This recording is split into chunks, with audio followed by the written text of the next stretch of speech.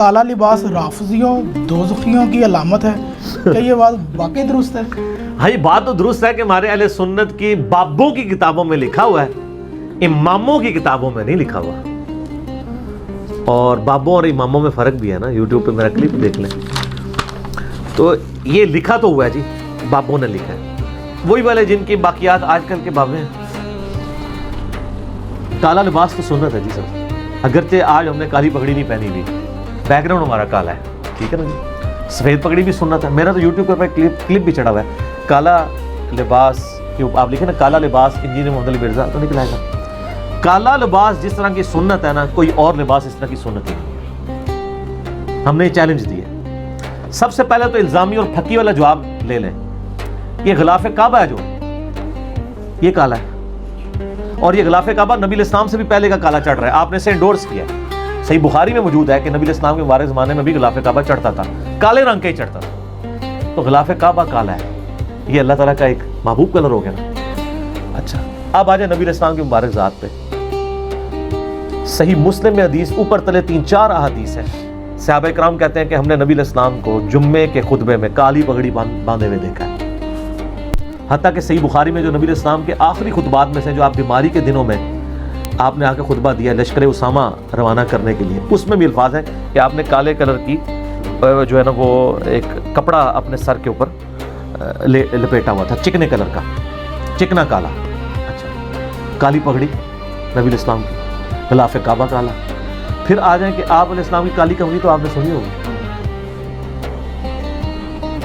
کالی کملی وہ جو حدیث قصہ ہے صحیح مسلم کی، اس میں اماں عائشہ کیا کہتی ہیں کہ نبی علیہ السلام نے ایک دن کالے رنگ کی منقش چادر اوڑی ہوئی تھی، اتنے میں حسن ابن علی آئے تو اپنی اس چادر کے نیچے لیا، پھر حسین ابن علی آئے ان کو بھی لیا، پھر سیدہ فاطمہ آئی، پھر مولا علی آئے، اور پھر آپ علیہ السلام نے چاروں کو اپنے ساتھ ایک چادر کے نیچے لے کے، یعنی وہ 5 تن پاک والا ہوتا ہے، تو آپ نے پھر سورہ احزاب کی آیت نمبر 33 پڑھی، انما یرید اللہ لیذھب عنکم الرجس اہل البیت ویطہرکم تطہیرا۔ اے نبی کے گھر والوں، اللہ تو چاہتا ہے تم سے ہر طرح کی برائی ناپاکی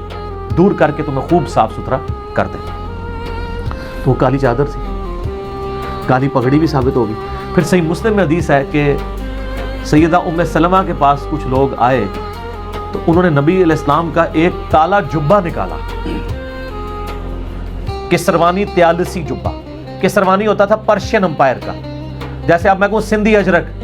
سندھی اجرک سے کوئی یلو کلر کی اجرک آپ کے دماغ میں آئے گی، بلو آئے گی یا ریڈ؟ ریڈ، تو اس کے ساتھ ریڈ بولنا ضروری نہیں ہوگا، یہ انڈرسٹوڈ ہوگا کہ ریڈ کلر۔ تو تیالسی کسروانی یہ کالا جبہ نکالا، اور سیدہ ام سلمہ نے کہا کہ یہ جبہ ہے جو نبی علیہ السلام جس کے اوپر گوٹ لگی ہوئی تھی، دامن پہ بھی اور گریبان پہ بھی لگی ہوئی تھی اور دامن کے اوپر بھی، اور کہا کہ یہ نبی علیہ السلام کا مبارک کرتا ہے جو آپ صلی اللہ علیہ وآلہ وسلم پہنا کرتے تھے، اور ہم اس کا دھون مریضوں کو شفا کے لیے پلاتے ہیں۔ نبی علیہ السلام کے تبرکات، میں نے وسیلہ اور توسل والے لیکچر میں آج سے 6-7 سال پہلے حدیث بیان کی تھی، یہ سب کچھ میں بخاری مسلم سے بیان کر رہا ہوں، باہر نہیں جا رہا ہوں۔ کالی پگڑی والی حدیث بخاری میں بھی موجود ہے، کالی پگڑی بھی ہو گئی، کالی چادر بھی ہو گئی، ٹھیک ہو، نبی علیہ السلام کا امامہ مبارک بھی ہو گیا، کالا کرتا بھی ہو گیا، پھر نبی علیہ السلام کا جھنڈا کالے، اس کے اوپر کوئی یعنی دوسری رائے ہے؟ بلکہ چھوڑ دیں، یہ جو پارٹی آپ کو کالے رنگ کو جہنمیوں کا کہہ رہی ہے، یہ پارٹی آپ کو ایک حدیث سناتی ہے کہ نبی علیہ السلام نے فرمایا جب تم جو ہے وہ خراسان سے کالے جھنڈے آتے ہوئے دیکھو تو ساتھ دینا اس میں امام مہدی ہوں گے۔ وہ سر چٹے کیوں نہیں نے جھنڈے؟ کالا تو رافضی والا جھنڈا ہے، تو ہن تک رہنا کدھر شیعہ ہی جھنڈے لے کے نہ جا رہے ہوں امام مہدی والے، وہ نہ ہو، فکر کرو سب، تو اس سے پہلے کہ شیعہ شامل ہو جائے آپ فوراً سے پہلے مدنی نیت فرما لیں کالے رنگ کو آن کرنے کی، کیونکہ آپ نے تو کالا جھنڈا کیا کہنا ہے، یہ شیعوں کا جھنڈا ہے، تو وہاں کوئی حدیث سناتے ہیں نا، یہ اس حدیث کی ایک سند ٹھیک بھی ہے سیدنا صوبان سے جو موقوفاً کہ کالے جھنڈے اس میں امام مہدی ہوں گے، تو امام مہدی سفید جھنڈے کالے جھنڈے میں ہوں گے، تو ہم نے تو اللہ کے فضل سے، اور پھر اس میں اب تھوڑا سا یہ لینیٹ ہوئے، کہتے ہیں نہیں کالا لباس ہے نہ پہننے میں بہتری ہے، لیکن اگر چلے آپ نے پہننے ہے تو محرم میں نہ پہنے، نہ سر محرم میں بھی پہنیں گے، کیوں؟